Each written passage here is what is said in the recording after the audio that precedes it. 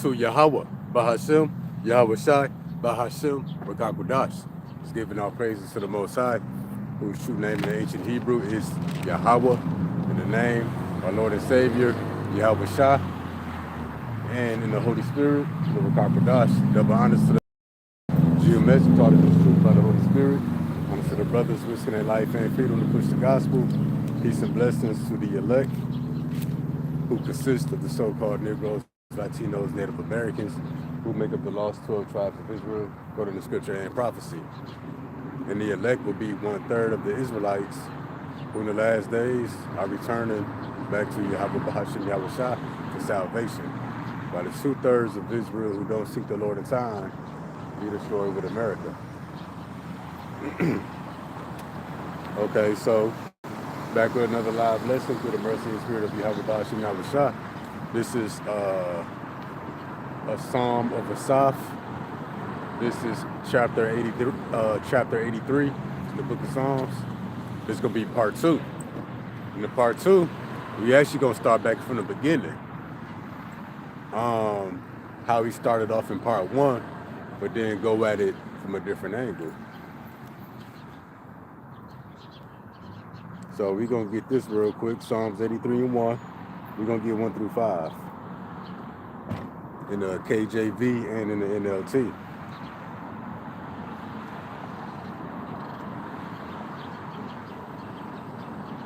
All right. It says, keep not thou silent, O Lord, hold not thy peace, and be not still, O Lord.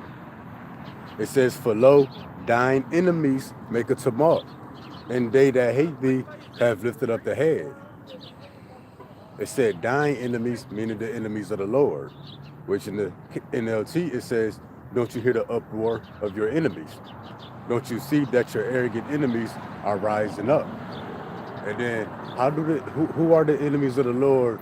We establish that it's the other nations. Beginning with Esau, Edom, the white man, even 2/3 of Israel in this lifetime. And you rise up against the Lord by rising up against his people.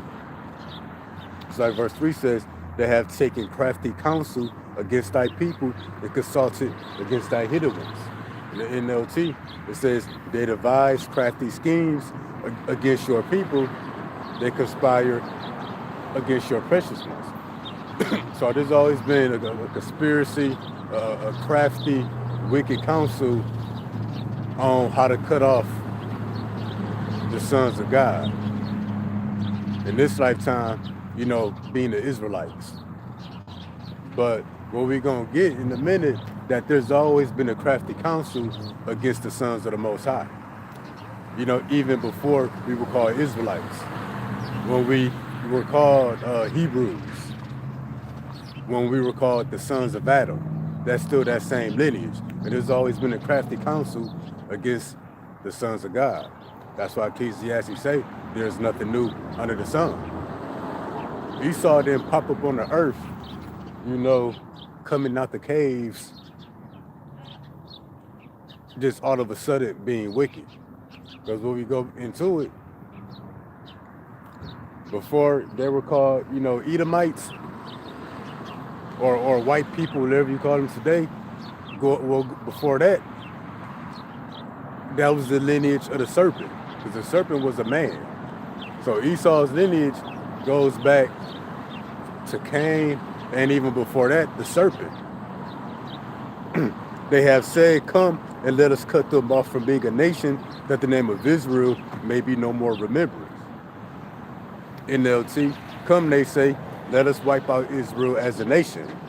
We will destroy the very memory of its existence. And you went into how that's the goal of Esau, so-called white man, and cutting off the children of Israel. That's what the whole part 1 was about, that I did the other day. It says, verse 5, they are confederate. They have consulted together with one consent. They are confederate against thee. In the NLT, this was the unanimous decision. They signed a treaty as allies against you. Yeah, and that would be the other nations, beginning with Esau, Edom, the so-called white man. And then in verse 6, it says the tabernacles of Edom, the Ishmaelites, Moab, so goes on listing the nations. with Esau, Edom, the white man, being listed first. So that's that crafty counsel. And then just a light review of the book of Psalms chapter 2. Why do the heathen rage and the people imagine a vain thing? The kings of the earth set themselves and the rulers take counsel together against the Lord and against his anointed. So the heathen Gentile nations, they have a counsel against the Lord. And what we're going to see is by coming up against his people. More details on Psalms 83. Saying, let us break their bands asunder and cast away their cords from us. You know, a band, a connector, they want to disconnect, Israel from the Most High. Esau, Edom, the so-called white man, wanted to try to get the Lord to completely reject and cast off his people. That's why it says, let us break their bands asunder. You know, they want to break the relationship that we have with the Most High by getting us to break the covenant. And we went into that, the history of the Greeks, how they forced our people to conform to the ways of the Gentiles. But see, it wasn't just, that didn't just happen to the Israelites. You know, back before we were called Israelites, going back to the Garden of Eden, which wasn't a literal garden, but it was the holy city back then. Garden of Eden was Jerusalem before it was called Jerusalem. And see, the heathen nations had a counsel against the Most High and against the sons of the Most High back then, dealing with Adam. And as Esau is the main nation, you know, trying to cut off our people, well, you had the serpent trying to cut off the sons of God back then. The sons of Adam, the sons of God, that whole lineage. So the serpent was doing Psalms 83 back then. The serpent, was doing Psalms chapter 2 back then. And then when we go here, we're going to come back to the book of Judah.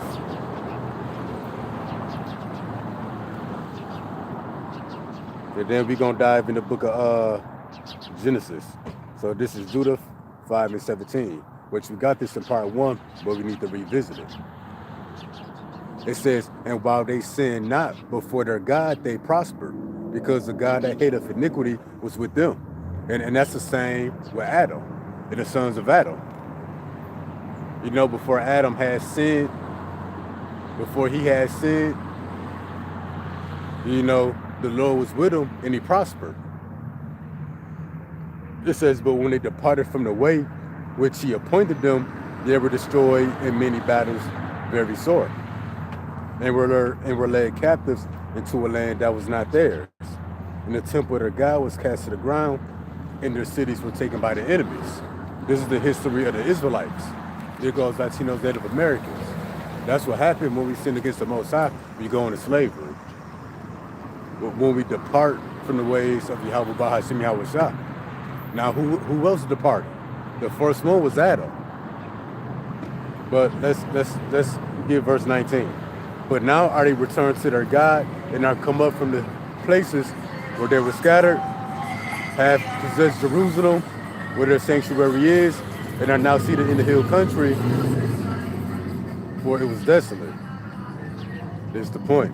Now therefore, my Lord and governor, if there be any error in his people, and they sin against their God, let us consider that this shall be their ruin, and let us go up, and we shall overcome them.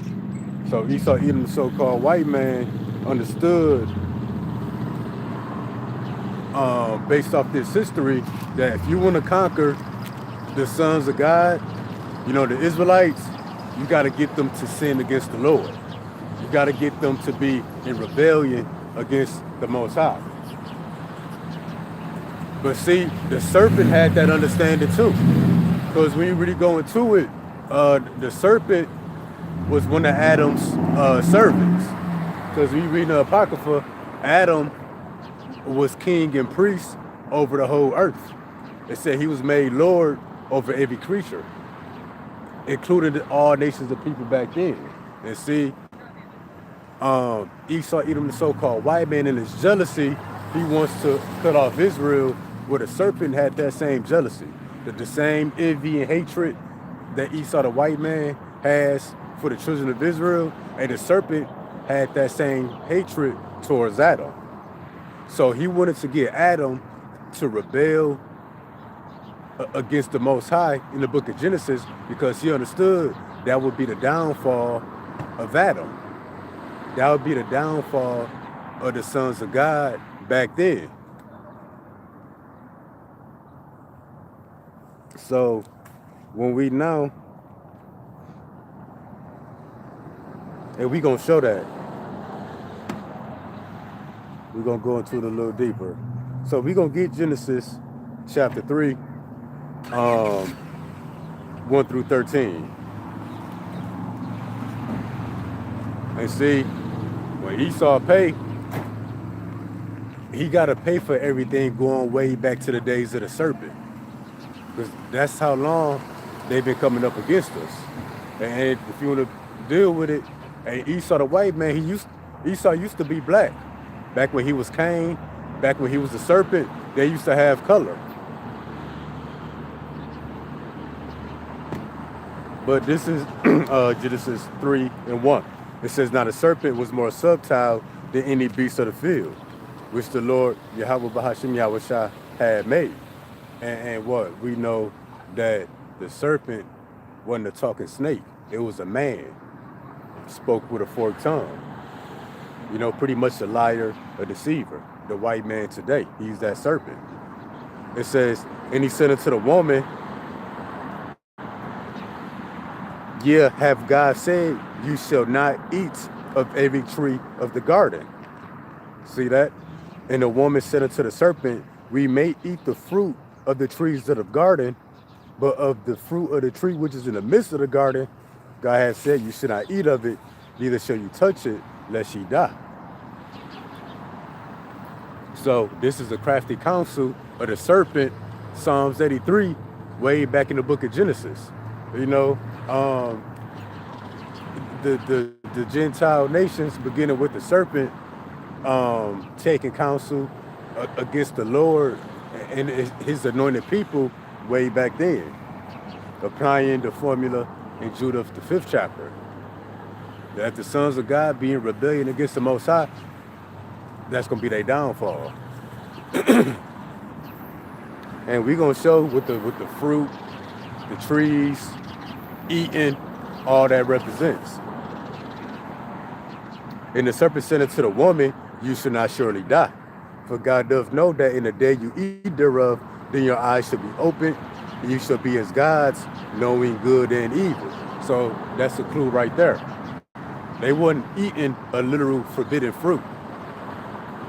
Because serpent concludes by saying, you shall know good and evil. Because before the fall of Adam, you know, the sons of God, you know, we're mainly talking about Adam, all he knew was righteousness. All he knew was good. He didn't know nothing about evil or wickedness. So then, you know, the fruit wasn't a literal forbidden fruit, but knowledge of good and evil. It says, excuse me. Well, we're gonna break some of this down. We're gonna come to the book of Ezekiel, chapter 36, verse 35. We're gonna show that the Garden of Eden wasn't a literal garden, like Adam watering flowers and planting flowers. No, the Garden of Eden was a holy city back then. It was Jerusalem before it was called Jerusalem.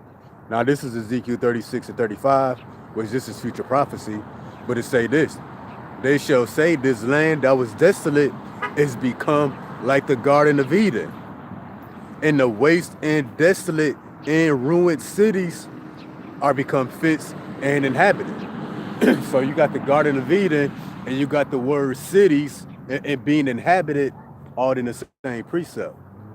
So the Garden of Eden was just a thriving city. Much like Jerusalem during the time of King Solomon. That's all the Garden of Eden was. Everything was perfect and in harmony.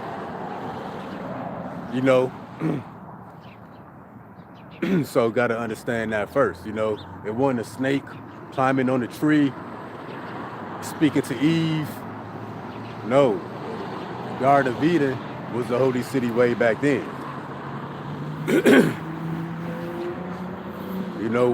Where the temple of the Lord was and all of that. But we're gonna jump here real quick. Now we're gonna show what the trees represent. Because what did Eve tell the serpent? We may eat of the fruit of the trees of the garden, but of the fruit of the tree which is in the midst of the garden, God has said you should not eat of it, neither shall you touch it, lest ye die. So now we're going to show what the trees represent. So for this, we're going to go to the book of Mark 8:24, very straight to the point. He looked up and said, I see men as trees walking. So in Genesis 3, the trees represents people, nations of people. And that's why you got the phrase family tree. So that what literal trees, but different nations of people. Now we're going to show that a little further in the book of Matthew 7. We're going to show further what the trees represent and what the fruit represent. When it says Adam and Eve are not to eat of a certain fruit, which we know this by now, but we just showing, the crafty counsel has always come up time and time again by the hand of the wicked to overthrow the sons of God. This is Matthew 7:17, very straight to the point. It says, even so, every good tree bringeth forth good fruit, but a corrupt tree bringeth forth evil fruit. How can the tree be corrupt? How can the fruit be evil? Well, we know that trees represent people, so it says a corrupt tree bringeth forth evil fruit. Well, a corrupt tree represents a corrupt, a wicked, evil nation of people. And those corrupt trees, those corrupt, wicked nations of people, they bring forth evil fruit. Now, we got to look at this word fruit. Because when you look at these words, it brings everything to life. So for this word fruit, of course, to say the fruit of the trees, the vines, the fields, etc. But the fruit, it says an effect or a result. So what's the result of a corrupt, wicked nation of people? What's the result of that corrupt tree? A wicked nation of people is going to be wickedness. So the fruit represents wickedness when it's played out in the flesh. That's why when we come down a little more, looking at this word fruit, it says a work, an act, or a deed. So evil fruit will be evil works, acts of evil, evil deeds, LGBTQ, eating pork, being a liar and a deceiver, oppressing the earth, not keeping the law, statutes, and commandments, to sum it all up. Okay, so Matthew 7:17 again, let's get it. Even so, every good tree bringeth forth good fruit, but a corrupt tree bringeth forth evil fruit. Corrupt, meaning wicked, perverse. A corrupt tree, meaning nation of people. And evil fruit. Fruit being the result of wickedness, meaning the works, the acts of doing evil or evil deeds. So, pretty much,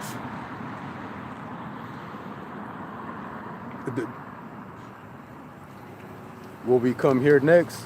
The book of Hosea, 10 and 13. This going to begin to tie it all together. We going to show what they ate. And Hosea 10 and 13. You have plowed wickedness, you have reaped iniquity. You have eaten the fruit of lies, because thou did trust in thy way in the multitude of thy mighty men. So that's the fruit that Adam and Eve ate of, the fruit of lies. Pretty much everything outside of this truth. Pretty much everything outside of the words of the Most High. That's what Adam and Eve fell for. Now, we got to deal with this. We going to come to the book of Job. Because again, they didn't eat literal fruit. But they believed in a lie. They believed in wickedness. Soon as they didn't believe in wickedness, they was deceived and tempted, and they sinned against the Most High. But let's get this. This is the book of Job 34, verse 3. It says, for the ear trieth words, as the mouth tasteth meat. So as the mouth takes in food, eats it and digests it, the ears take in words and information and doctrines and truths and lies, and the brain has to process it. So when it says that they ate of the fruit, well, it says here that the ear is similar to the mouth. So nothing dealing with what they ate, but it was words they were feeding into.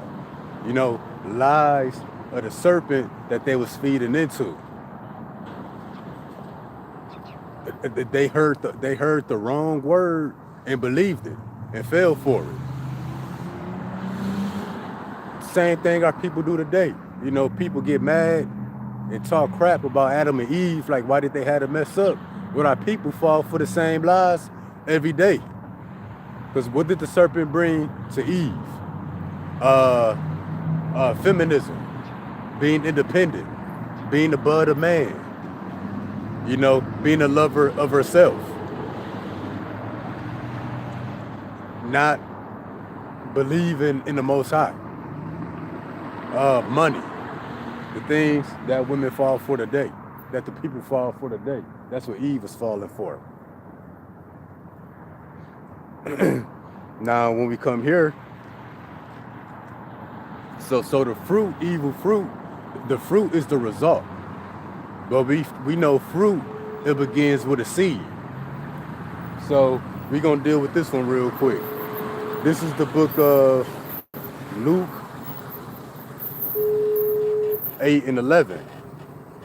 It says, very straight to the point. Now the parable is this. The seed is the word of the Most High. So the seed is the word of the Most High. But guess what? Like there's different fruits, there's different seeds.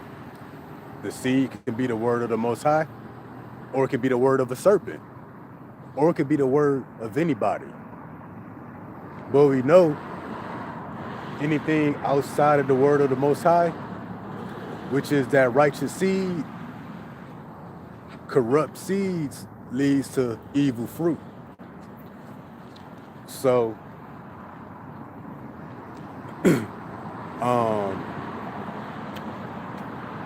and the seed just represents information, truth, lies, because it begins in the mind.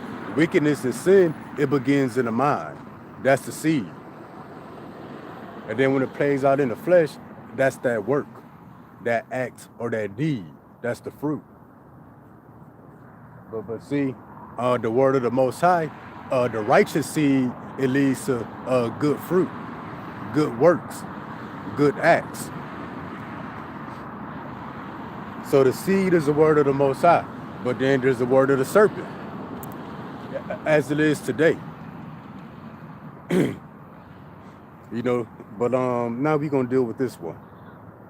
We gotta come to the book of 2nd Ezra, chapter 4, It's going to tie it all together. And we're going to hit 30 through 31. Again, very straight to the point. It says, for now, the grain of evil seed have been sown in the heart of Adam. And the heart represents the mind. And what it says, the grain of an evil seed. And we got the book of Luke that the seed is the word of God. Well, a seed can be the word of anybody. And what it say, the grain of evil seed have been sown in the heart of Adam. So this would be the words of the serpent. Goes on to say, for the grain of evil seed have been sown in the heart of Adam from the beginning. And how much ungodliness hath been brought up unto this time. So the wickedness that you see in the earth today, that's pushed by Esau, Edom, the so-called white man. Well, this is the result of that evil seed that Adam fell for. That was sown in his heart, which is his mind. So from the time of Adam to what you see now, in the earth, that's all because of the serpent, who today is Esau, Edom, the so-called white man, the Edomites. So the wickedness that began with Adam all the way to the flood in the time of Noah, all the way till now, before the return of Yahushua, that's all the result of that evil seed that was sown in the heart of Adam. Yeah, Adam was the seeds. So really, whose fault is it? The serpent. Esau, Edom, the so-called white man. So all the wickedness that's been happening in the earth, Esau got to pay for it. Not just what he did in the past 500-600 years. Y'all remember the time of the Greeks and the Romans. Even before Esau was in power. When the Babylonians was on the scene, the Assyrians. Before the flood, Cain and Abel, the serpent. Esau got to pay for all of that. So, let me get it all the way through. For the grain of evil seed, and we know that seed represents the word, and that evil seed would be the word of the serpent, have been sown in the heart of Adam from the beginning. And how much ungodliness hath it brought up until this time? And how much shall the yet bring forth until the time of threshing come? And we in that time of threshing right now.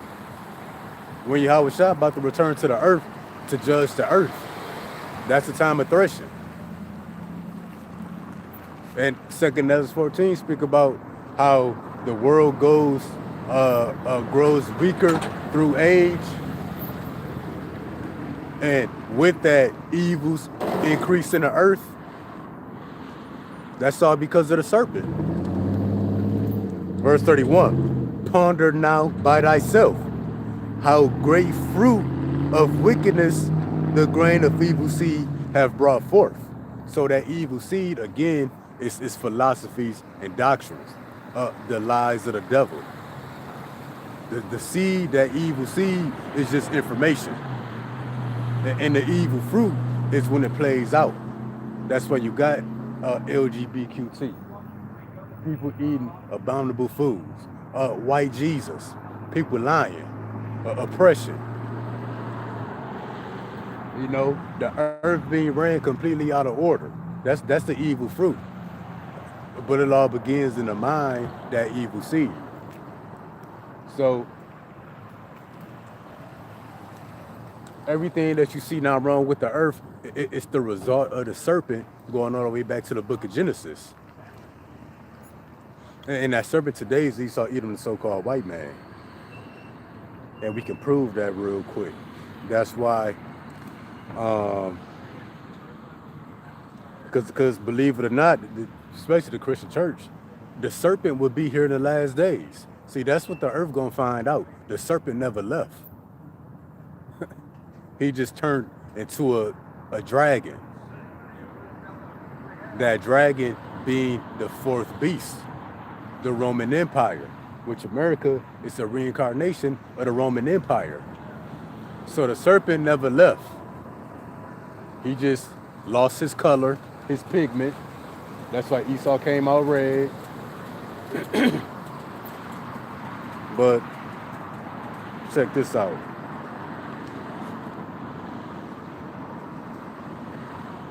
Look at this. This is the book of Revelation 12 and 9. And the great dragon was cast out.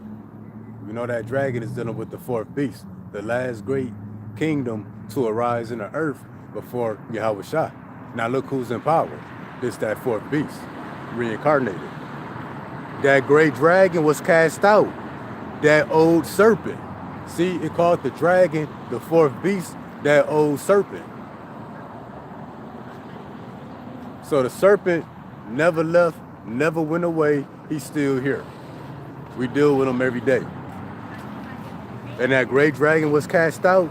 That old serpent called the devil and Satan. So the devil and Satan ain't who you think it is. No, it's the serpent. That corrupt, wicked nation of people. Esau, Edom, the so-called white man. It says, which deceiveth the whole world. Who deceived the whole world? You know, why do everybody think the Son of God, you know, why do they think his name Jesus? Why they think he white? You know, why don't nobody in the earth identify as their biblical nationality? So-called white man deceiving the whole earth. It says he was cast out into the earth and his angels were cast out with him. His wise men, his mighty men, they all gonna be cast out. But yeah, it said the great dragon was cast out, that old serpent. So yeah, the serpent's still here today. And see, the 2/3 of our people gonna have to be wiped out because they're gonna fall for the lies of the serpent once again. And oh, matter of fact, let me get this. Let's say Genesis. Hold on. Let me see.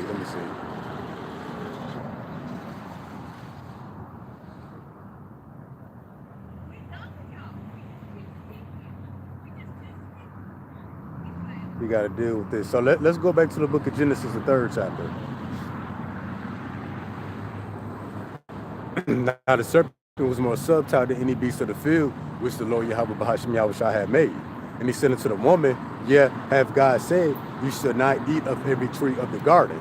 And we know the mouth tastes of meat as the ears try of words.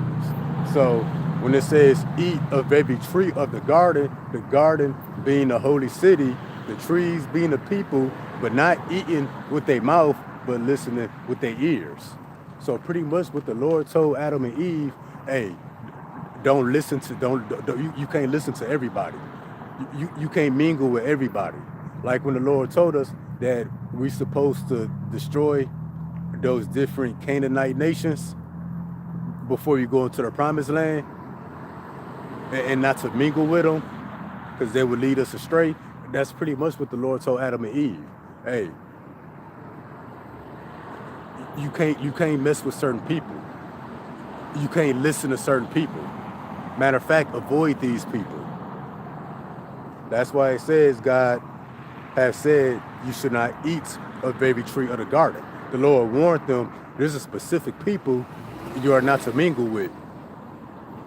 Don't talk to them. Don't let them talk to you. The woman said unto the serpent, we may eat of the fruit of the trees of the garden. So the Lord told them, you can mess with these certain people, certain trees, certain people. You could mingle with them.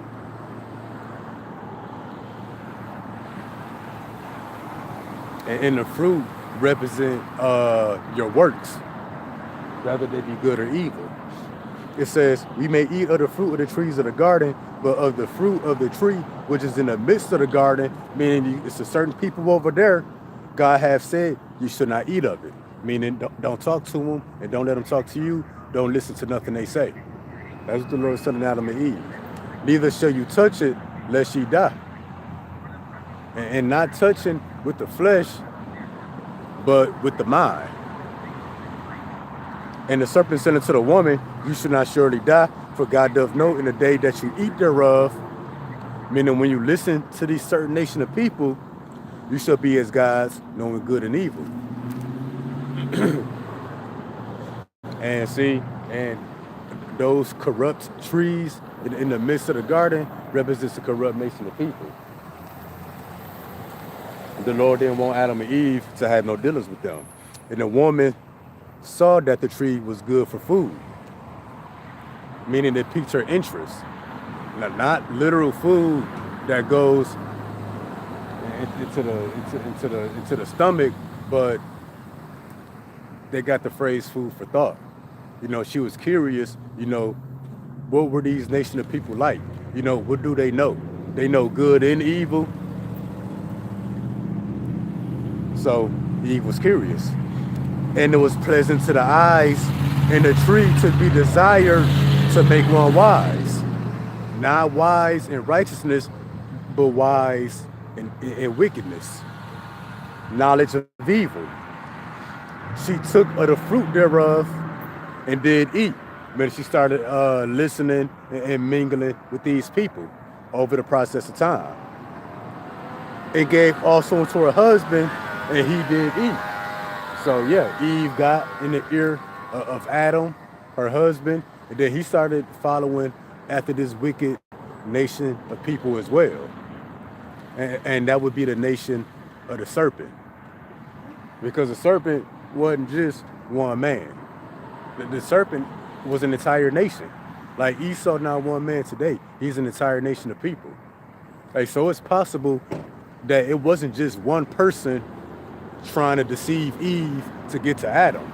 It might have been many people in her ear trying to convert her to the ways of the serpent. Many people in the ear of Adam trying to convert him to the ways of the serpent. To do what? To get Adam to be in rebellion against the Lord. Because the serpent back then, who was a white man today, understood that would be the downfall of Adam. The downfall of the sons of God here on the earth. That crafty counsel, Psalm 83. Serpent came up with a crafty counsel against Adam on how to get him to sin against the Lord by going to his woman first.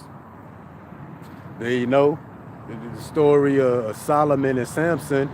Eve was probably nagging him. So Adam sinned against the Lord. It says, and the eyes of both of them were open, and they knew that they were naked. This don't mean literally naked. This goes to being exposed. They was caught. No covering. And they sewed fig leaves together and made themselves aprons. And they heard the voice of the Lord, Yahweh Bashem Yahushua, walking in the garden in the cool of the day. And Adam and his wife hid themselves from the presence of the Lord amongst the trees of the garden. So, yeah. And it's really no telling what Adam and Eve actually did to sin against the Lord. But we know the first step to sin, it begins in the mind. So when the Lord said, don't eat of the fruit of these certain trees, meaning don't listen or talk or mingle with these certain people, and Adam and Eve was mingling with them people anyway, that was the first step. They was already wrong for dealing with who the Lord told them not to deal with. Now, there's no telling, what Adam and Eve actually did, but we can speculate. Because that grain of evil seed that was sown in the heart of Adam, what we see in the earth today, that's the result of what the serpent told Adam and Eve. And what we see in the earth today, LGBTQ, feminism, idol worship on many levels, the love of money, that's probably some of the stuff Adam and Eve was getting involved in, turning their hearts away from Yahweh Bashem Yahushua.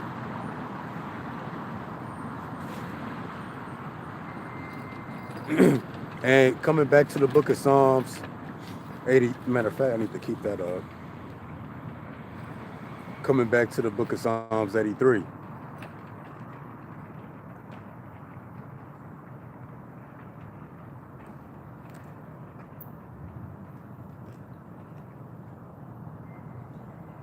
It says, keep not thou silence, O Lord, hold not thy peace, be not still, O Lord.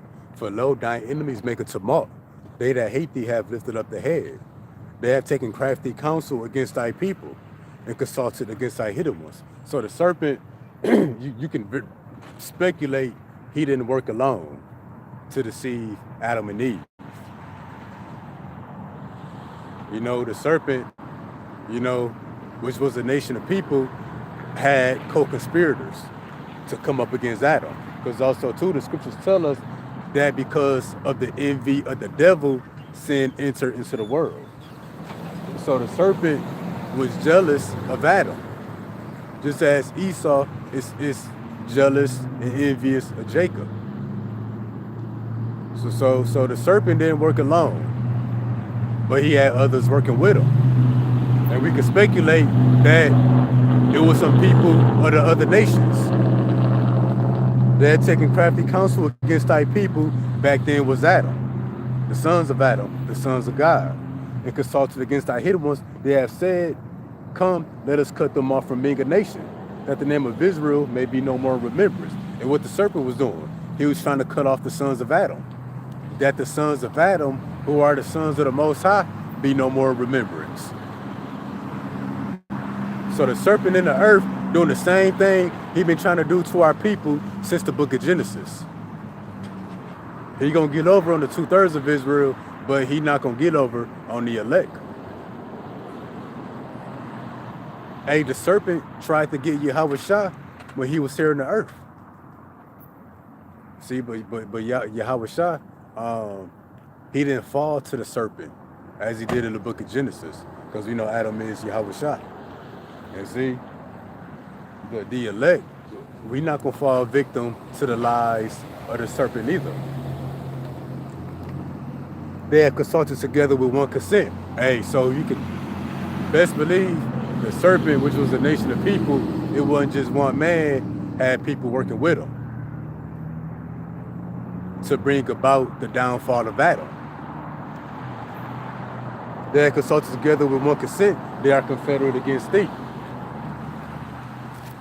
And see, that's how you overthrow the sons of God. Hey,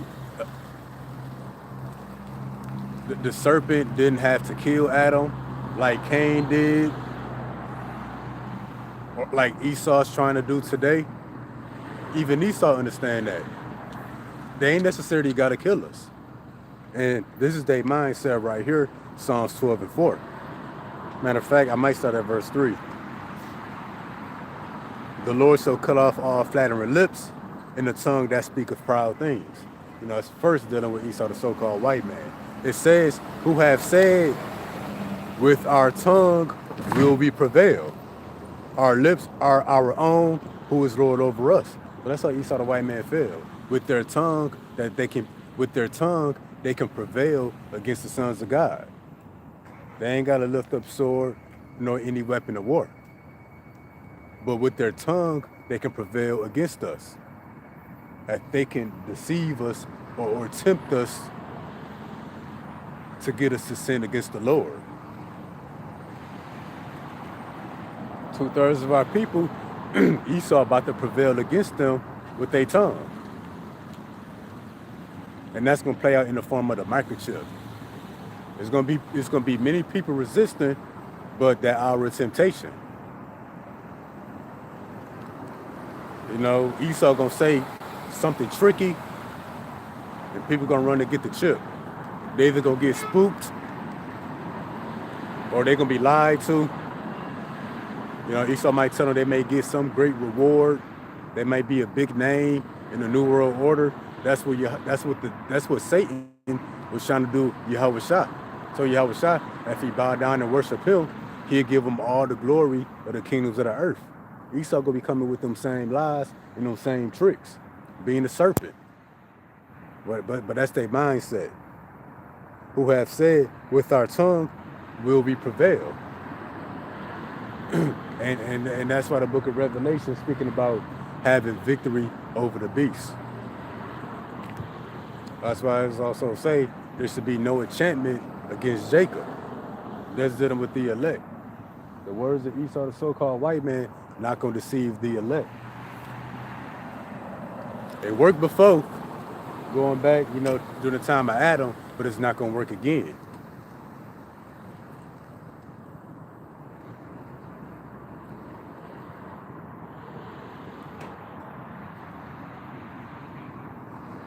Matter of fact, let me see if I can look up something real quick.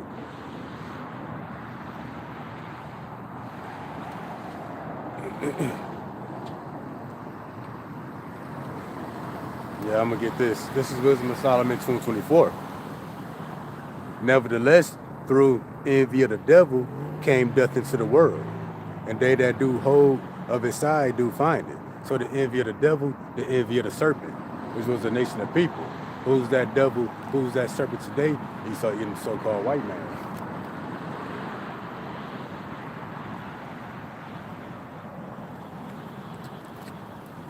And we're going to go back to the book of Psalms chapter 2, just to tie it up with everything that came out. Psalms chapter 2, verse 1. Why do the heathen rage and the people imagine a vain thing? The kings of the earth set themselves and the rulers take counsel together against the Lord and against his anointed. The Israelites, but back then, the sons of Adam. The heathen Gentile nations, beginning with the serpent, set themselves together to take counsel against the Lord and his anointed back then. And what was that counsel? How can they get Adam to be in rebellion against the Most High? How can they convert Adam that he sinned against the Lord? The kings of the earth set themselves and the rulers take counsel together against the Lord, and it's against his anointed, saying, let us break their bands asunder and cast away their cords from us. See that? So they wanted to separate the sons of God from the Most High by getting them to be in rebellion. Once you read this in the NLT, let us break their chains, they cry, and free ourselves from slavery to God. Because the nations know when Israel is in good standing with the Lord, Israel on top, all the other nations on bottom. They in captivity. And see, that's why I say, let us break their chains and free ourselves from the slavery of God, because they know when Jacob come back into power, Jacob about to receive his inheritance. He about to inherit the heathen in the uttermost parts of the earth. But see, Adam was Lord over all of the earth back in the book of Genesis. So out Psalms 2 and 3 in the NLT say, let us break their chains and free ourselves from slavery to God. Well, dealing with the serpent, which was not only a man but a nation of people.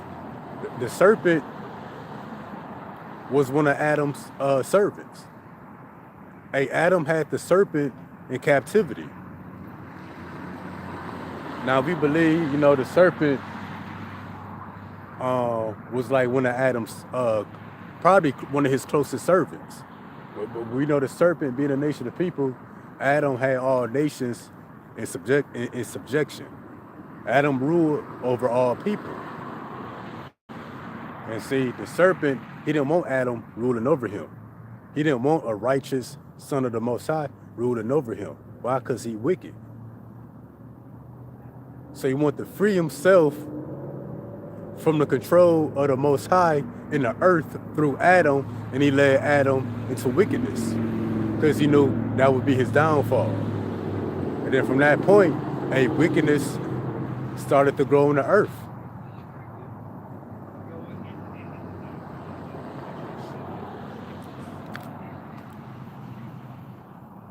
Shalom, daughter Yahweh, Shalom, Yawanathan Bakar, Shalom, brother Kabah Shana, my brother Zakar Rabban, Shalom to Rebecca Ophir. Thank y'all for tuning in. Yahweh Bahashim Yahshai Barakadan.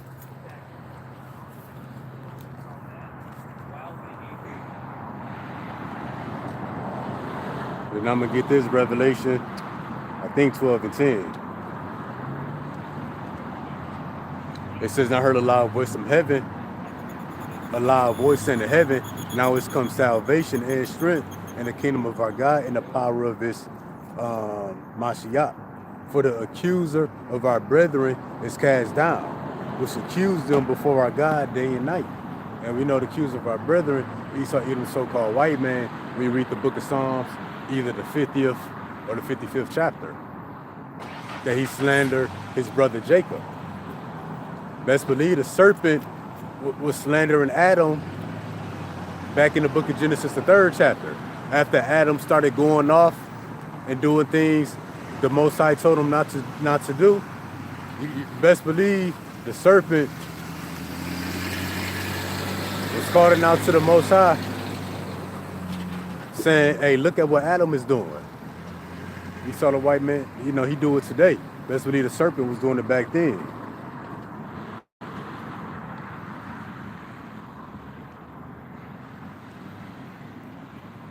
Now, this is going to be the last one I give. This is the book of Revelation 20 and 8.